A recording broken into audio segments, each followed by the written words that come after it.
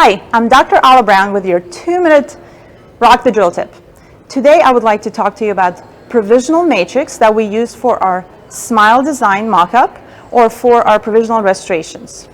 The 2 tips that I would like to discuss with you will be, one is to line your matrix, your putty matrix, with light body PVS material. This way you'll get a much more accurate representation of your wax up.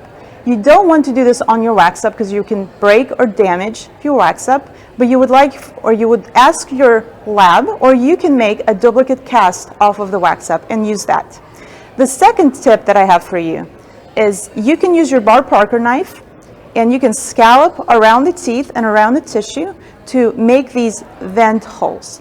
So when you place bisacral material in the matrix and seat it in the patient's mouth, once the material sets, or slightly sets, you can use your Explorer and gently peel it away from it. So when you remove the matrix, you have a much less trimming to do. So it saves you a lot of time and your provisionals come out looking a lot more beautiful.